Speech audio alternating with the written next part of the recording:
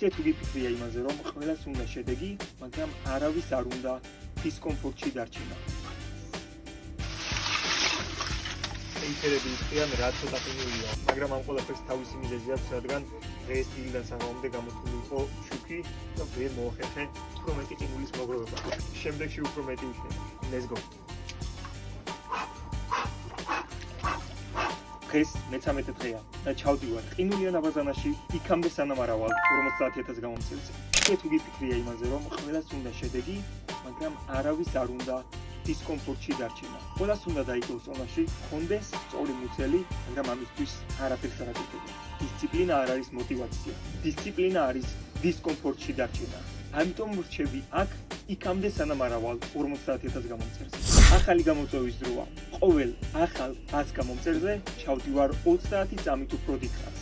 ნახოთ, მართლა ძლიერი კომუნიტი მყავს თუ უბრალოდ მაყურებლები. 20 წამი ავიდეთ და ამოვარ. 3 2 1